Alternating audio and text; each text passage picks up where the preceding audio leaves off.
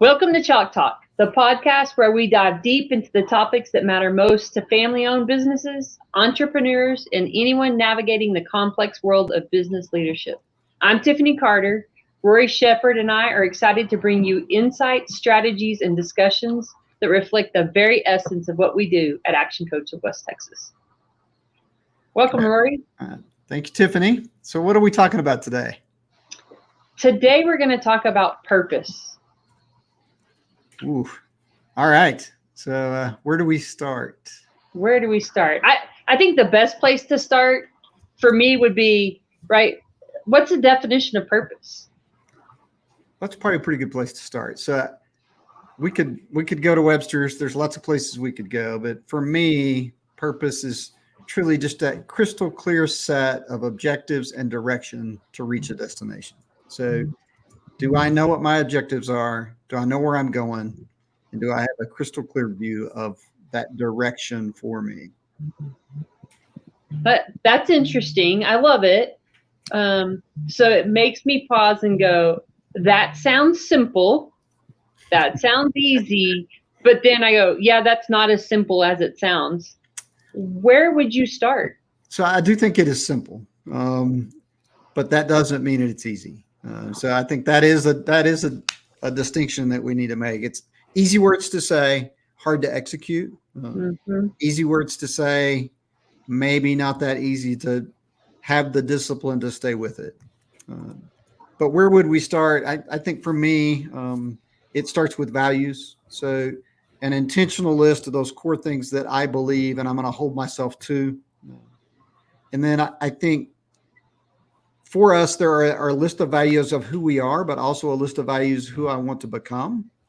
And so I think making a prioritized list of those values on who's the future me in 3 to 5 years, making that a priority, and then using that as my guiding light, my North Star on who I want to become and what my purpose is. So I would start with values. Love that. Love that. So starting with my values, is there any clarification or anything I need to clarify before or after I start that? So I think for most of us, we think we know what our values are. And, you'd create a list of 3 to 5.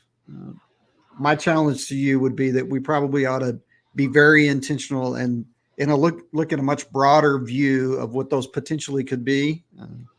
And then go through kind of a 2 or 3 step process of saying, here's, 25 or 30 potential values that are important to me. And then doing a forced ranking list so that I go through and say, no, these are the 12 to 15 that are truly core for me. These would be things that when push came to shove, or if I got asked, this one over that one, these would be the 12 that win every time. Right. Okay. That's helpful. So walk me through the process of tell us what if I don't ever sit down and figure out my purpose? Like, what's the harm in that? Not doing it. So we can all go through life and just live every day and get to the end and say I lived a good life. But I do also think that when we get to the end of that, there would be a moment of pause. And I'm going to go back to a book from Daniel Pink from last year, The Power of Regrets. And that the regrets of omission, those things that I did not do, are the most powerful one of the most powerful negative emotions that we can feel. And so very rarely do people get to the end of life and they're laying on their deathbed and say, I wish I would have worked more hours, right? I wish I would have driven my favorite car 10 more miles, right? They have a regret around relationships or integrity or something they did not do. And so truly my hope for anybody that's out there that we're talking to, that we're engaging with as clients, is that I don't want you to have regrets when you get to the end. And so if I live a life on purpose with a prioritized list, the likelihood that I'll have regrets is still going to be there, but the likelihood that they're going to be those ones that I just really wish I would have done something different, it's going to be a smaller likelihood. I love that. What I heard from you there too is while we're on this recording, doing this for business leaders, entrepreneurs, what I heard from you is we all should be engaging to find out our purpose. Absolutely. Right. And the earlier we start, the better chances are that we're going to deliver on that. I believe pretty strongly that God put us here for a reason and for a purpose. He's going to make it all work with or without us.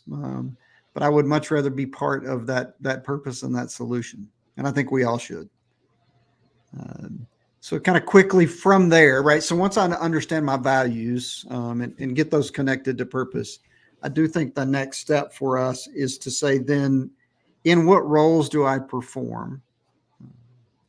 And then how do I connect those roles, right? And so for me, that could be, I'm a husband, I'm a father, I'm a brother, I'm a son, I'm a boss, I'm a coworker, right? I've got a whole series of roles that I fulfill.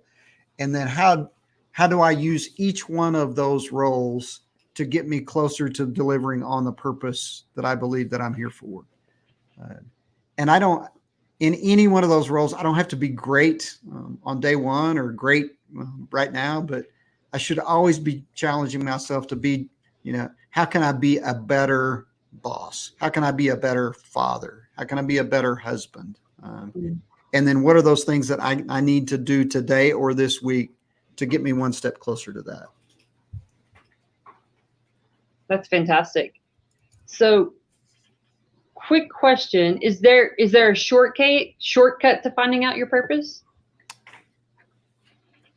There are tools that we can use. We're strong believers in assessments, right? And so I think there are some that can get us down a path.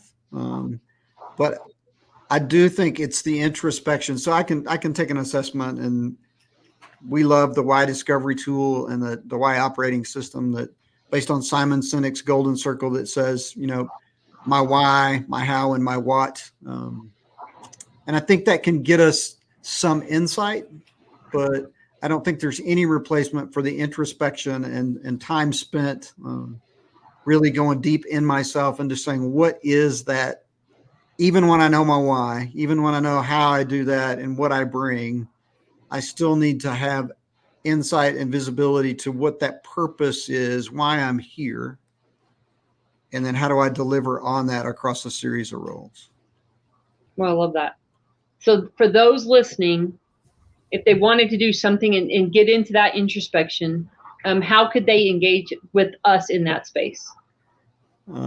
So thank you for that. So we do have a purpose workshop that we've got that we are going to be offering.